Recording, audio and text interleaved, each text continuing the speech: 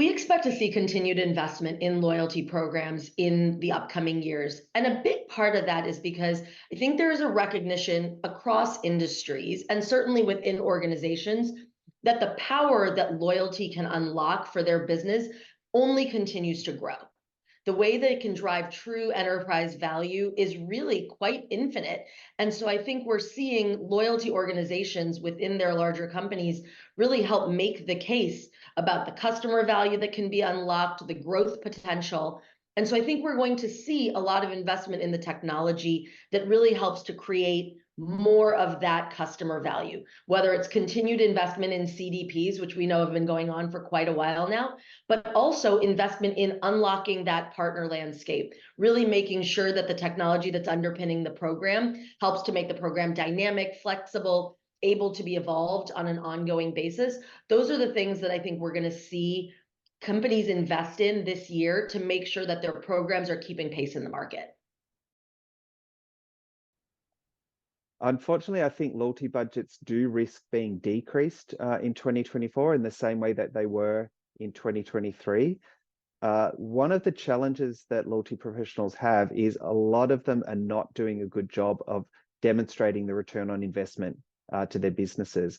We've just done a tour of Europe, and I was also in the USA last week, and the consistent thing that we're hearing from loyalty practitioners is they're struggling to be able to comprehensively demonstrate that their program is actually delivering a positive return on investment, which makes it very challenging when the CFO comes and wants to cut the budget to stop them from doing so.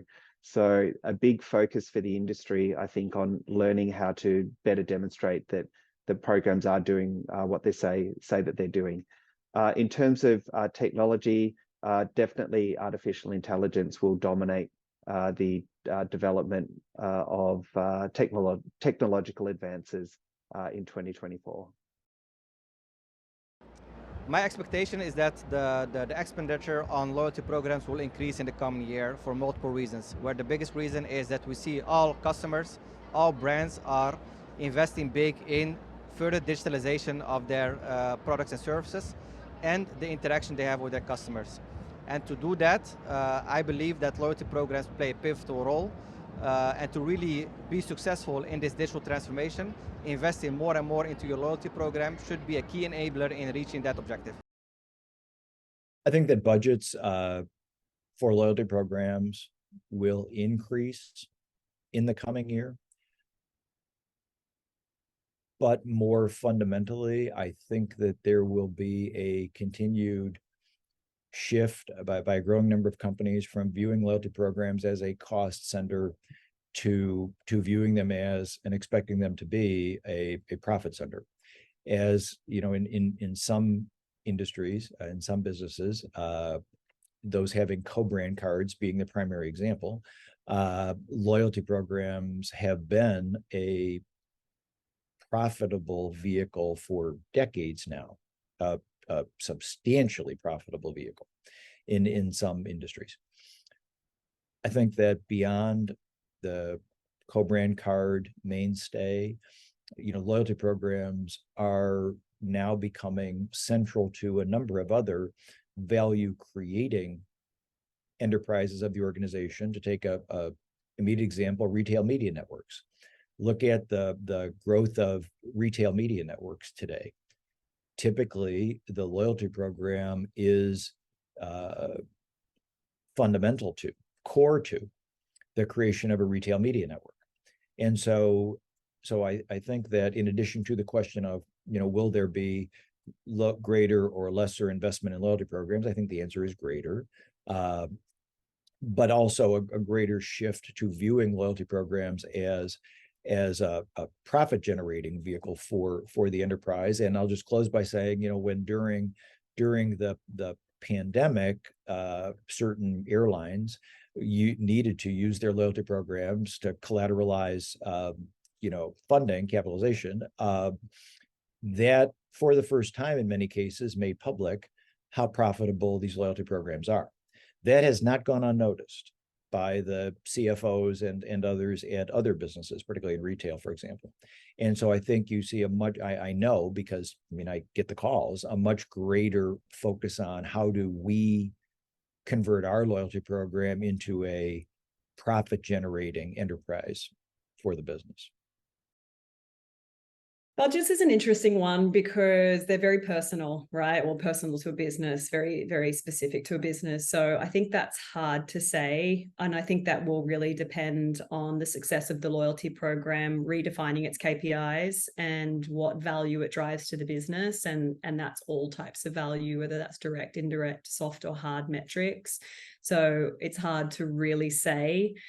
I do think from a technology's perspective that is also such a changing landscape and potentially can have the ability to, you know, help reduce some cost if the right decisions are made and smart partnerships are created with technology. I think we've seen some of that in the last couple of years where it's really, you know, the heavy lifting is not necessarily setting up the tech. It's really about how we go about connecting that with partnerships and into some of our other systems. So, you know, one obviously I touched on before was this personalization of benefits, thinking through or understanding some of the systems, both from a hotel and a travel perspective, that's adds a layer of complication. So do we see new technology or new startups coming in the market that can help to really sort of fast track some of these pieces of technology? I do think for the brave, and you know, we're all talking about Gen AI, but I think some of the best examples are really creativity. And I think, you know, aside from all the program economics and the, you know, the bare basics of the value exchange, we still are, loyalty programs are marketing engines, right? You've got a huge audience, and I think we owe it to, you know, to add and inject a lot of creativity into these experiences. So I do hope we see more loyalty programs doing some great creativity with Gen AI. And I think, yeah, to wrap up, hopefully the combination of those things, whether it is an increase in budget or more intelligent use of the budget, helps to really drive that landscape and help us deliver speed to market. Budgets are going to be, like I said before, somewhat constrained, but in some areas we'll see that being relaxed. And I think if you split that into geographies, I think I'll see a greater appetite for investment out of Asia. I think the US is still constrained, as is in Europe. If you segment even further, I think the airlines will continue to spend as they have. I think there is a good business case for them to continue to invest in that product. I think we're seeing some interesting plays in that space again around miles or points only seats and flights. Recent examples with British Airways on that, and I think we'll see some more of that, which is encouraging. The main constraints are going to be around the strategic direction, which will then lead to some funding. You know, I can see a lot of thinking going on. I can see a lot of planning going on, but I think those things need to now be brought together into a coherent story that you can invest in and release out in the market. This one for us as conference organisers, we get to see a lot of what's happening with people's budgets. Both the companies that are providing services, you know, everything from Comark as one to actually what the programs are doing themselves. We do see cybersecurity as it relates to loyalty coming up the agenda. We do start to see some more money and investment being put aside for there. One big program has moved its chief security officer from the actual loyalty program onto the main board of the company. MasterCard, as an example, has a focus on all aspects of cybersecurity beyond just its payment business. And as I mentioned, Comark is constantly developing its suite of loyalty products, especially on the cybersecurity side. So we see more investment coming in it in total. And we do see some of that being given to cybersecurity and protecting people's accounts and miles and points in the programs.